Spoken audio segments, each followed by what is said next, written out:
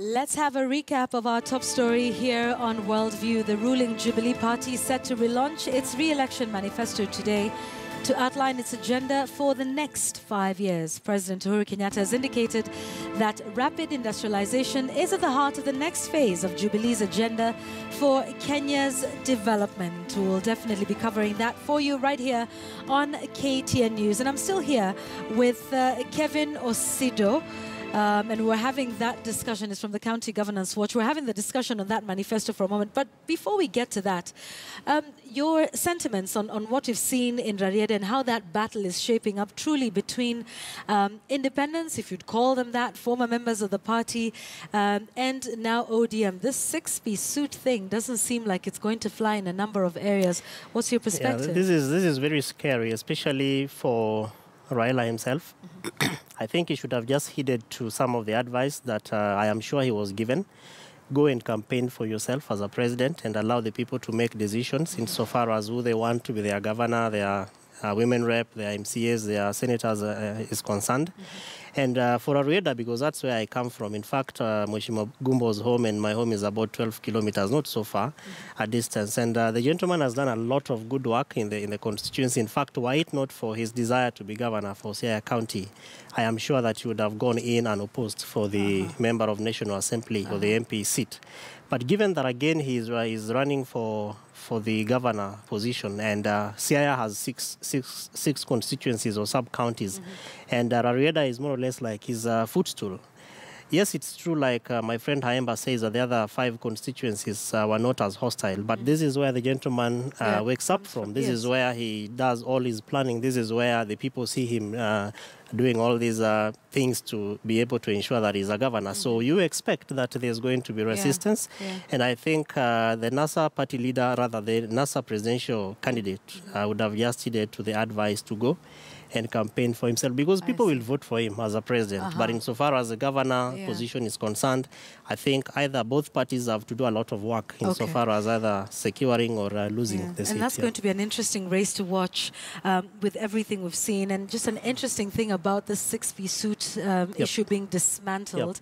And maybe suddenly voters are, waking up to the fact that maybe this is part of devolution, is it not? Sure, it is. That now they're able to make the decision at an independent, at a very local level, That's this is what we want. Whatever will happen at the presidency, we will sort that out. That's so we were still talking about the Jubilee Manifesto that's being launched in just about an hour and a half from now. You were continuing to give us your thoughts on that. In fact, you were speaking about devolution and Jubilee administration's performance with respect to that. And there is to say that in terms of service delivery, we have not seen this government getting very committed to be able to ensure that the citizens have safe water, that the citizens have of course, there is this prompt up maternal health care issue, but health service delivery goes beyond maternal health care, because it's not only pregnant mothers who get unwell.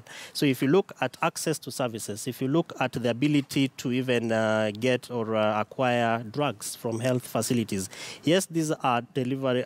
These are devolved functions as per the Schedule 4 functions of our Constitution, but the sole mandate to be able to ensure that citizens actually get these services has been with the national government through the National Treasury, because it is the National Treasury through budget that has been passed from the national government that then, rather from the National Assembly, that goes back to the national government, and then money gets disbursed down to the counties. And if you speak to many governors, because we do, we're just coming from Marsabit County in Moyale, where again issues of health service delivery, issues of infrastructure, issues of water have been very core to the people, and that has not been an area that the Jubilee government has been keen. Could this be teething problems and understanding that? Because I think the system was new for everybody. The Jubilee administration will contend that they, in fact, surpassed the 15% disbursement to the counties as required by law, and they went up to about 30%. So what's your assessment of that in terms of Jubilee defending itself and saying, well, we've done the best we could, we want to do more? What would you say to that defense? And that's where the problem lies, because the common mwananchi will not give you time to be able to talk to them about 15%, 45%. People want to be able to ensure that when I go to my health service, my health facility, I'll be able to get the services, that I'll be able to get a doctor, who will be able to prescribe drugs to me. I'll go to the pharmacy and I'll be able to get someone to attend to me, and I will walk home with my drugs. Now, at the local level, because governors, you note that right now there's a lot of silence at the governor level because many of them are actually campaigning.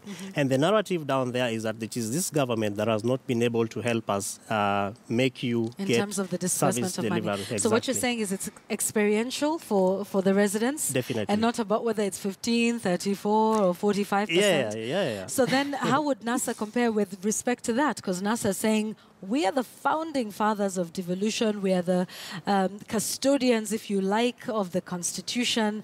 45%. I mean, there's the Pesa Mashinani, we know, with the Governor Isaac Ruto, who's now a part of the NASA coalition.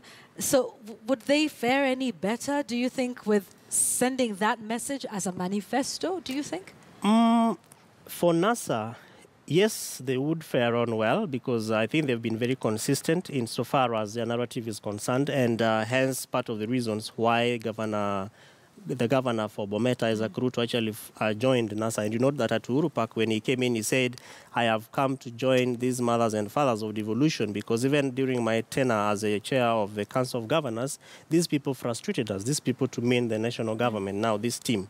And so it will be easier for them to drum up support for their propagated narrative on the support of devolution because yes, it's true. They haven't been tested. They haven't been in government that was what to ensure. I was going to ask you, yes. They saying it and doing it is one thing. And probably they might not even be very, very better in my view. But the fact that Jubilee government, the Jubilee coalition has been tested. They've been able to learn the ropes out of this. And NASA is coming in from an experiential perspective. Like, we have seen the failures of this government. So how can we therefore be able to bridge the gaps? And so that probably, in my view, would give them an upper hand against the current government. Let me ask you about young people who are found across the country and perhaps for whom devolution would have meant something in terms of we don't all have to go to Nairobi or Mombasa or Kisumu or Eldoret or any of those big towns, and that opportunities would open up for them in the devolved units. What would be your assessment of young people in the counties? And of course, with employment being, a national issue as well. What's your assessment of how Jubilee has functioned with young people? You see them in Nairobi and just about everywhere else in the country. My sister, this government came and told us that they would be able to open up 500,000 job opportunities every year. And I am sure that even as the government launches its next plan, they are going to say that they have plans to create 800,000 to 1.5 million jobs every year. But there is no way, and I liked what you read, that the president has already indicated that industrialization is going to be part of their biggest agenda come the next government. And so, in my view, there is no way you're going to be able to create employment when you don't give in opportunities or expand industrialization now. This government has not been able to, in my view, show Kenyans those opportunities for industrialization. We are seeing very big supermarkets closing down. Look at it this way. Tuskys has been running a program which they call Youth Empowerment Program, something of that sort, that therefore has the opportunity to absorb more than 4,000 young people in a span of 1 year. If you look at the closure of these kind of supermarkets, Nakumat, lots of branches that are being closed, what does this indicate or portend for youth employment in this country? You ask, you go to the counties and you talk to governors about 30%. This is affirmative action and youth access to government procurement opportunities.